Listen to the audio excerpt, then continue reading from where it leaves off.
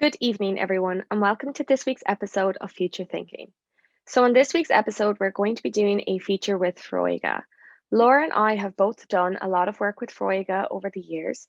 Laura has worked very closely with Big Brother, Big Sister, and I have just worked very closely with Foroige in general. So, in this week's episode, we're going to be doing a little twist. Laura has done an interview with Big Brother, Big Sister, and I have done an interview on a general Foroige episode. So, I hope you all enjoy and listen in, sit back, and relax. Another episode of Future Thinking. Today, we are joined with Louise Tuffy. And before we get into it, Louise, can you tell us a bit about yourself and your experience?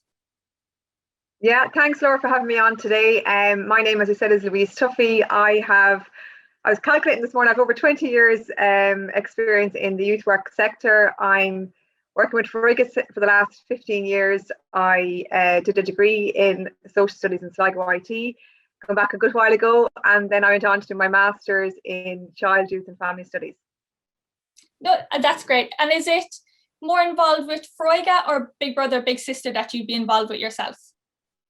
Yeah, so I suppose I've been working with Foroige, who runs the Big Brother Big Sister program since 2001. So maybe just to give you a little bit of background about both, Foroige is the organisation. So as you probably know, Foroige is a leading national youth organisation in Ireland. It has over 70 years of experience working with young people. And in 2001, Foroige introduced the Big Brother Big Sister youth mentoring program into Ireland. So I suppose that's the connection there. So BBS is run under the auspices of Foroige. Perfect. And we have a few questions here, Inez. And it's, say I am someone who would like to get involved with volunteering. I love the concept behind Big Brother, Big Sister. Would you be able to advise me how to go about this? Is there a fee to sign up? Yeah, so I suppose just maybe to go back a wee bit, I'll just maybe mention what Big Brother Big Sister is. So it's a youth mentoring program that matches an adult volunteer to a young person aged between 10 to 18 years. I suppose the core concept is that a supportive, positive friendship will develop and, in line reinforce the positive development of the young person. So there's no fee, there's no cost or anything. It's a volunteer led program. Volunteers are the backbone of Foroige.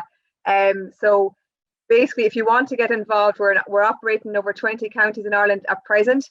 So we're in most counties. So if you follow foroige.ie / Big Brother Big Sister, you can sign up that way, or you can ring or make contact with your local Big Brother Big Sister project in each county.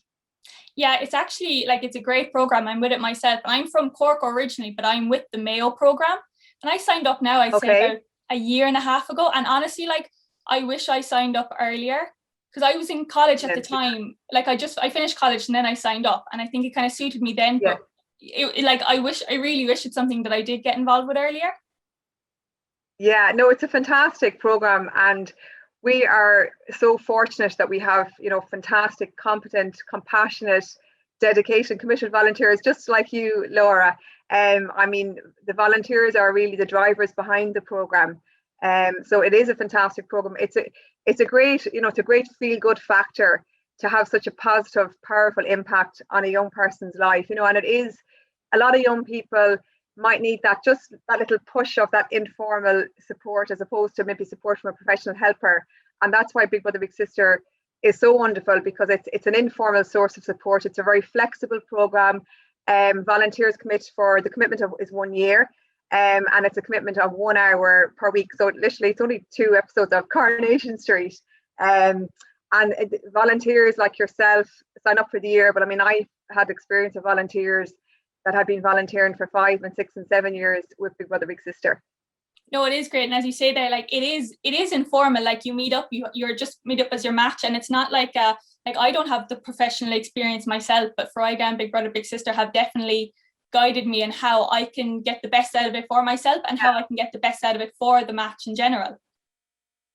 Yeah, so although the source of support is informal, the actual, I suppose, the process of volunteers, and you would have experienced that, Laura, with Peter, I'm assuming the process too, the steps involved to become a volunteer are a bit more formal as such, so the volunteer would apply to the programme, they would meet with a professional staff person, they would go through the programme and what's involved and what their commitment and their role is. Then the volunteer would have to complete the application form, and on the application form we ask for referees. We then go on to do Garda vetting. We go on then to interview the volunteer. So I suppose it's a short synopsis of the volunteers' motivation and what their commitment is and what their preferences are for the young person they're going to be paired up with. Then we do a home visit, and we offer training then to prepare the volunteer for the role as a big brother or a big sister. No, it's perfect. And like, as I was saying, I didn't have the experience, but definitely I feel a lot more like, even kind of going through it, I was kind of learning, you'd be kind of learning, and you'd be learning from that person. And as well with Big Brother, Big Sister, definitely giving the guidance and the support that I needed. And they still, like, to this day, like, Peter would still text me or ring me, even if we couldn't meet up in person because of restrictions, if it was all online, and sending us like workshops that we can do and things that we recommend, kind of based on what we're both interested in, which was great. Yeah, so just like you said there, Laura, you're assigned, once you're matched to a young person, throughout the duration of your match, you're assigned a professional staff person who will support and guide you through from the minute your match starts to the minute the match terminates. So like you said there, that professional support is offered to all volunteers in their matches throughout the duration of the programme until they're involved in. And we have another question here, and it's, what do you have to do when being a big brother or big sister? Do you have to have any qualifications, and do you meet up online or do you meet in person? As we said through this anyways, that you don't have to have the qualifications, I think you just have to have the interest and the passion for it. Yeah, I suppose the main volunteers, first of all, come from all walks of life. We have volunteers, we've retired teachers, we have students, we have volunteers who work in the shops, volunteers who work in banks, football coaches, lots of different backgrounds from the volunteers. So they don't need to come in with any qualification or any particular area of expertise. The main criteria is that they're over 18, that they're an adult in the community, and I suppose that they're able to provide a positive, supportive friendship to the young person and be a positive role model for the young person. So that's what staff are looking for when they're meeting volunteers. They're assessing the volunteer to make sure that they are suitable to work on a one-to-one with a young person. And the end part of the question there was, do you have to meet up online or is it in person? I know it's a bit different now because of COVID. So if you asked me this 2 years ago, we would have said it was all, in person and face to face, but I suppose we've had to adapt in the last 16 months because of COVID. But pre-COVID, matches would meet face to face for 1 hour a week. So, and just to mention there as well, matches are based on the same gender. So, it's always male to male and female to female. So pre-COVID, a lot of matches would have met for an hour a week, and they may have went for a walk in their local park. They may have kicked football around in the park. They may have went to the cinema, bowling, cooking, arts and crafts, window shopping. I know some of my female matches would have enjoyed spending hours in Pennies in Ballina here in County Mayo. But I suppose since COVID, we've had to be a bit more creative, and we were lucky that we had a working group of staff, Big Brother Big Sister staff throughout the country, working on online activities for matches throughout the country. So we had a working group there from, I suppose, since we were hit with COVID up till now, whereby they were putting on activities, every week. So there may have been a cooking and baking demonstration. We had somebody to come in and talk about the driver theory test with matches, for young people. We've had a national quiz with all the big brothers and big sisters and little brothers and little sisters throughout the country. We've had countdown. So we've had to be very creative, but we've adapted very well. And again, goes back to the huge commitment and the dedication from the big sisters and big brothers throughout the country. No, it's great. And even you say that there now, all the workshops you've had, there's definitely some that I've been involved in. I think I was involved in a quiz. I think I did a quiz, and I think the cooking and as well part of a book club. So I actually got the book posted to my house. Oh, very good. Yeah, very good. And at the moment, the working group, because we're allowed to meet outdoors, at the moment they're running, I think it's a picnic. July is a picnic month, and then they're hoping to do a national scavenger hunt throughout the summer months as well. So they have outdoor activities planned for matches, on a national level across the country as well. So we've been very fortunate with the staff and the volunteers that we've been able to adapt to COVID and keep the matches going and keep the volunteers connecting with their young people. Perfect. And another question we have here is, as we were saying earlier, who am I matched with? I know it's same gender. And how does the matching process work? Because actually for me, I didn't know that the matching process was actually quite long. I think for me, it took about 3 months, which, is good.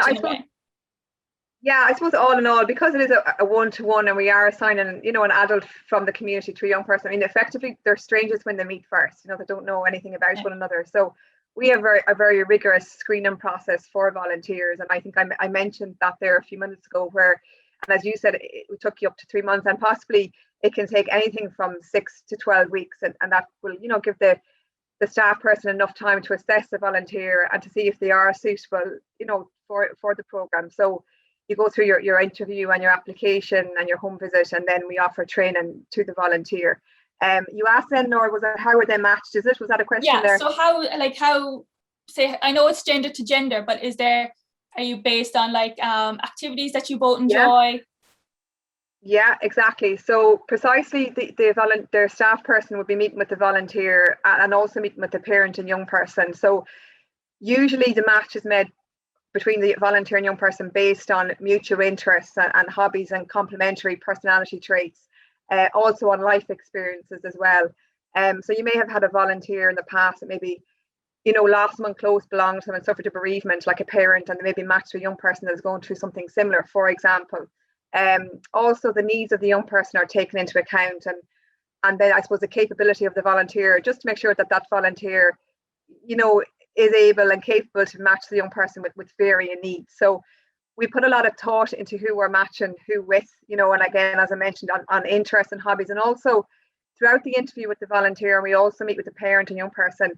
And, Foroige has, since it was founded in 1952, has an ethos of youth participation, where it empowers young people to be proactive and make decisions for themselves. So part of the process with the young person and parent is, asking the young person, what kind of a big brother or big sister would you like to be friends with? Who would you like to be matched to? So that gives the staff person a great insight into the type of volunteer that the young person wants. So you could have, a 12-year-old male boy saying, I'd like to be matched to somebody who is sporty and loves being outdoors, so that gives the staff person a good guide on the kind of volunteer that they're looking to.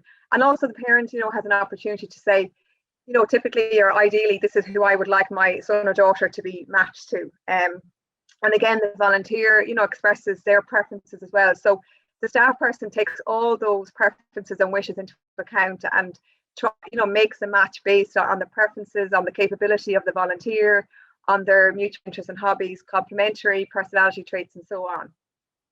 Perfect. No, everything you said there, I completely resonated, because I have been doing it now for a year and a half, and it's something that I feel like that I am heavily involved in and invested in, and it's definitely something I wish I got involved with earlier. But it's definitely something I'd love to see my own friends or people that I know get involved with. And I don't know, myself personally, I don't know many people who are involved with it. And is there anything that you would say today why it would be so important to become like a big brother or a big sister? Because I know so many people that I'm like, wow, if I was younger, if I was like 15, I would idolize that person. Is there anything that you would say for people to get involved with volunteering?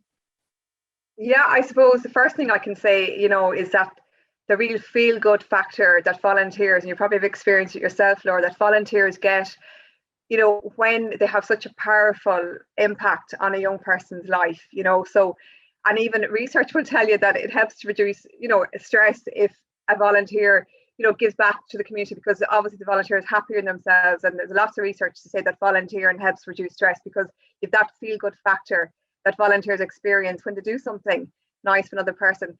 There's loads of reasons. I could be here all evening giving you reasons why you should volunteer at BBBS. I suppose the first one, like I mentioned, is that the huge impact it has on the young person's life, in such a simple but profound way. Other reasons is volunteers will even say to me, over the years, the young person has also brought out interests and hobbies in the volunteer that they didn't know they had. So the young person may open up opportunities for the volunteer as well. It gives volunteers an opportunity to see things from a different perspective. The volunteers get to meet new friends and meet with other volunteers. You probably have met with other bigs in Mayo as well, I'm imagining. And so there's loads of reasons there why people should volunteer. And the Big Brother Big Sister program is such a flexible program. You don't have to be every Friday evening from 7 to 8. It can be, as you know yourself, Laura, maybe a Monday evening one week, the following Saturday morning. So the young person, the volunteer, and the parent decide what's a good time for them to meet. So it is a really flexible program. And also, you have guidance there and support from the professional staff person throughout the duration of their match. And we did research. Big Brother Big Sister was researched there over 10 years ago with NUIG, and the results that came back from that research from the Big Brother Big Sister program in Ireland were amazing. I mean, the results that came back were that young people who were assigned to Big Brother Big Sister, had more hopes for the future. So they had more hopes to maybe go on to college or, to better themselves. Young people were less likely to initiate drugs and alcohol. Young people had, their social skills had improved. Their emotional and mental well-being had improved. So there's loads of benefits. If you look up any mentoring models, there's loads of benefits for young people that get involved in mentoring. So as a volunteer, to realize that you're having that impact on a young person, has to be really positive, and it's really worthwhile for the volunteer to get involved in. No, Louise, that's been great, and thank you so much for your time. We really appreciate it, because it was so insightful. And for me, there was a part that you said that, like, the little, like, say, my little sister bring out interests that I didn't even know I had. I'd say for my junior cert and my leaving cert are the only 2 books I've ever read. And my little is massive into reading. And it's like I order books online. I go to the book club. We go to a bookshop every week. Yeah. So no, it has been great. And that you said that really resonated with me. So no, I really appreciate you coming on, and thank you so much. And for any future updates with Future Thinking, make sure you check us out on social media. Evening, everyone, and welcome to the next episode of Future Thinking. I hope you're all doing well. I'm back this week, and I hope you all really enjoyed last week's episode with Laura. It was a really, really sweet episode with Ark, and I'm so happy that it went really well, and I hope everyone enjoyed it. So this week's guest is going to be someone that I've worked closely with over the years with an organization that is very close to our hearts. This is someone who is beautiful on the inside and the outside, and she is someone I am so happy that is on this week's episode. She's 24 years of age from County Cork and a law graduate, and has so many opportunities that she has achieved and so successful. And I'm really proud and excited for her to be on this week's episode. So this week is going to be Lauren Lehane. Lauren, I hope you're doing really well. Thank you so much for joining us this week. So Lauren and I have worked really closely with a youth organisation over the years, Foróige. And Lauren is someone who really represents the organisation to a really high extent, and I thought she would be a perfect candidate and representative for the podcast this week. So Lauren, this is where I'm going to open the floor for you. Would you like to talk a little bit about yourself, who you are, and what it is that you do? Perfect. Thanks, Emil, for having me on.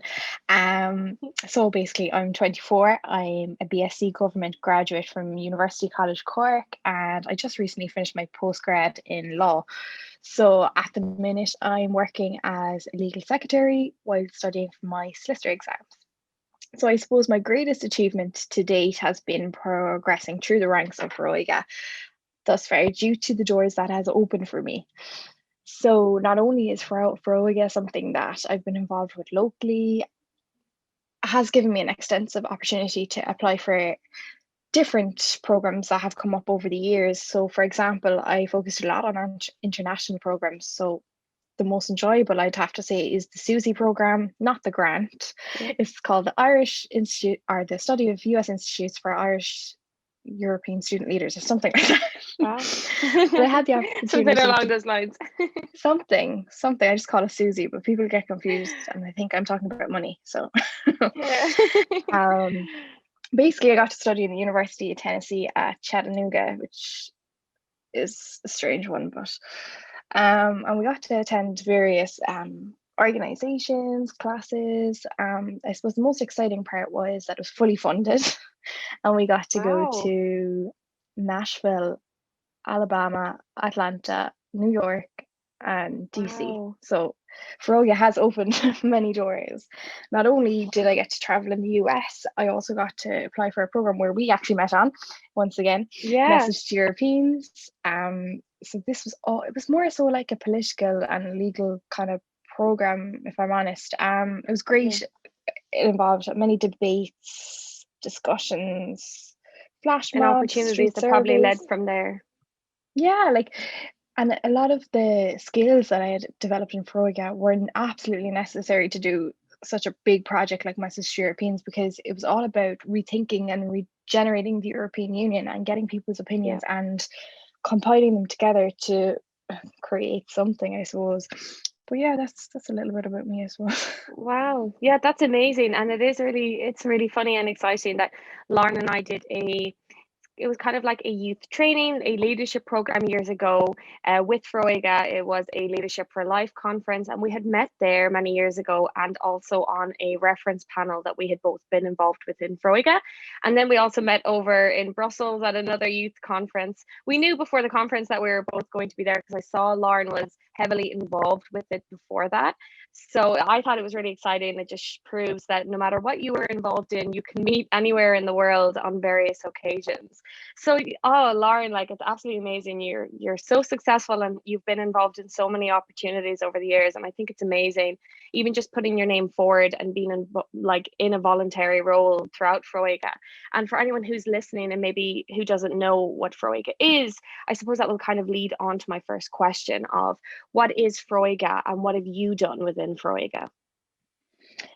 Perfect. So Foróige is Ireland's leading youth organisation, which caters for young people from the age of 10 to 18. So, and also it caters for volunteers, of course, the whole purpose of this podcast, really. There are many ways a young person can become involved in Foróige. So it could be through a youth club, which would cater for 12 to 18-year-olds, or a junior club, which was something that was introduced, I think, quite later on following on the youth club, because there were a lot of younger people interested, but they hadn't reached it the was age more of 12. like first years kind of thing. Yeah, so it's 10 to 12, and I think those have been really successful as well, because I remember when I was starting off in Foroige, I remember being quite gutted that I couldn't join because I hadn't become 12 yet. So it's actually, that was the big thing at the time, and I think it even is getting bigger now. Like it's obviously becoming more nationally around the country, because even Laura, who's also on this podcast as a host, she's from Cork too, and she said that it's not really that it wasn't really that big when she was young, like as in 12 at the time kind of thing. So as the years are going on, it is becoming a lot more popular and a lot more in demand, which is great. It's really good, to be fair. I suppose as well as the clubs, you could have a more relaxed environment as well, like a youth cafe. So some of the clubs are more kind of like hands-on doing projects, whereas a youth cafe could be more chilled and just a place to meet friends. Foroige also does the Big Brother Big Sister program, so I know you've spoken about that, I think, on we have done an episode, spoken to somebody. We haven't posted it yet, but we have done. So that's amazing. It's under the Foroige umbrella, to say, which is great because they work very hands-on with people who need someone as an older, someone who's very influential and motivational. So that's great. And Foroige also then offers opportunities to do different projects. So you have the citizenship project, the leadership project, entrepreneurship. Personally, I've been involved in the citizenship project and actually won an award a few years ago for promoting positive mental health. I can't remember what I won, but it was so long ago. It's amazing though. It's so great. And then I suppose my favorite thing about Foroige is the voice of its young members are absolutely here due to the method of governance it has established. So I know from the reference panel that we have been involved in, there has been some great projects that have developed from it, such as Bbbs, which is Foróige Against Bullying Month, and I think that continues through the organisation after being established, I'd say. Yeah, I think so as well. And many years ago. A few years ago, and I think with Fab, didn't they introduce Tab as well, which is pretty much tea and biscuits, but it's more of like a means of opening conversation between people to talk about issues that are important to them or things that they may be feeling and stuff like that. So yeah, that was actually one of the best projects to come from it, to be honest. Yeah, amazing. And I suppose yourself within the years of being involved in Fuega as a young person going forward, even volunteering, because I know that you were a club leader as well, so it was probably really nice to come from full circle and to come back and to do some volunteer work within the organization, as well as putting your name forward in terms of volunteering, but also to be involved with the younger people going forward too, to motivate them to get involved in Fuega.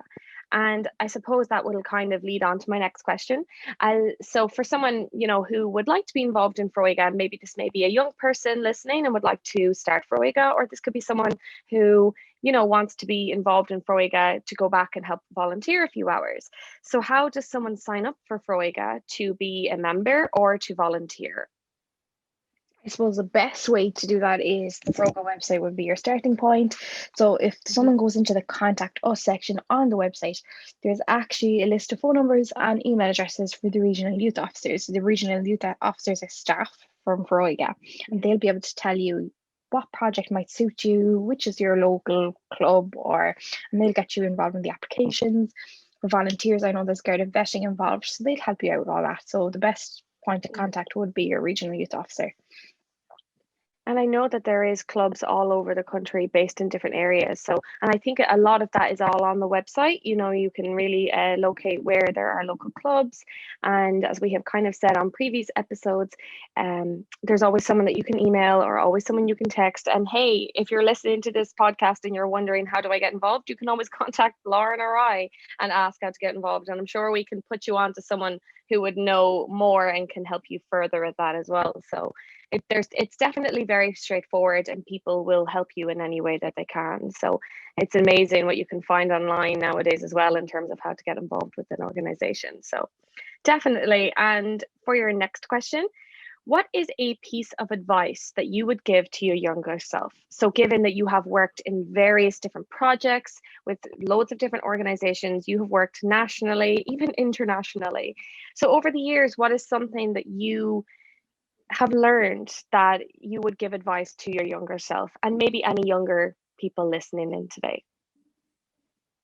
Perfect. So I'm going to spin this one a little bit as to what advice I've gotten as my younger self, and that I would remind myself of now. So I was really fortunate to have some good advice growing up in Foróige, and I would remind my young self of those. Back in 2013, I was fortunate enough to attend a special viewing of Riverdance with First Lady Michelle Obama. Wow. So she actually gave a speech before the Riverdance, and I have actually a little snippet here of what she said. So I thought it was really nice. So she said, "If you believe in yourself, it is so true. But most importantly, if you understand that the most important thing for you to do is to be able to pick yourself up when you fall, because most of life is falling. And the real challenge is, how do you get back up? That's what you can do. And if you keep doing that, then you can make yourselves into anything you choose." Oh my gosh, that is so beautiful. That is so nice. Wow. You're probably like there just being like, why do I want to cry? And the river dance is about to start. That is so nice. Probably such an amazing experience as well, to be, firstly, just be in the presence of Michelle Obama, and then be able to watch the river dance, because the river dance is lovely, and so they're so talented as well. So amazing. I love that. Wow. You're just writing down the little snippet of the advice that you were given, like, I'm taking this back in years to come. Yeah, exactly. I suppose as well, over the years, you probably have a lot of times where, and I know I do as well, where you might look back and maybe kind of question yourself in the moment, is what I'm doing, is it right, or should I be involved? And I suppose that would kind of happen for anyone who's maybe looking to be involved in volunteering. They might have that moment where they don't believe in themselves maybe a little bit as well. They're probably like, oh, maybe I shouldn't get involved and stuff like that. But definitely believing in yourself is like it's the hardest thing to do. And I think once you do that, that's the hard part, to just take the leap and get involved. Yeah, exactly. And I think the Foróige leadership program really focused on that as well, about believing in yourself and making a change. I know they kind of taught us the quote from Albert Schweitzer, which was something that I actually use all the time in like applications for jobs and things like that. What quote inspires you or something? And it was, example is leadership, do something wonderful, people may imitate it. So that's always stuck with me as well. Wow, I love that. That's amazing. So good. I love taking little quotes here and there, and when you're going forward in life, it's always something that can resonate with you no matter where you are or what you're doing. I love that. And your final question on today's podcast will be, this podcast is all about volunteering. So for someone who doesn't volunteer or maybe has never volunteered before, what is the one thing you would like for them to take from your interview? Perfect. So I suppose I'd like to target young professionals in a way. See to is just a piece of paper. So you always need some. There's no panic.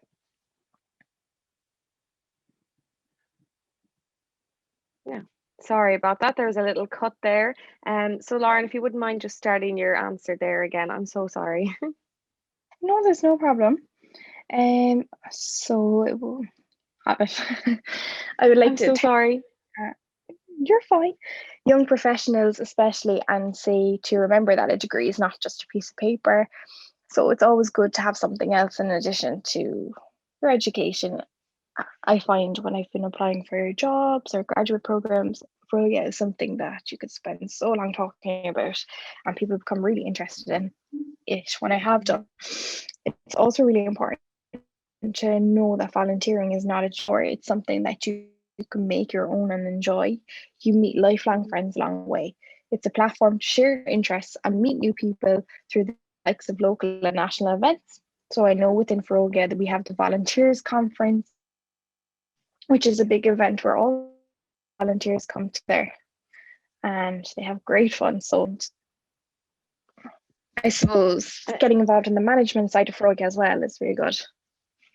Yeah, and like you can always work your way up the ladder if it's something that you're definitely very interested in. And it's amazing having, all the volunteers together as well, because as you had just said there as well in your brilliant answer, that, you make friends along the way. And, whether you're involved in a youth organization or a charity in terms of just, being the voice or just being generally involved, or if you're someone that wants to be more hands-on and have more of a voluntary role, you make friends along the way, people that you learn things from and they learn things from you as well. So it's a really beautiful process when you look at it. You gain so many things.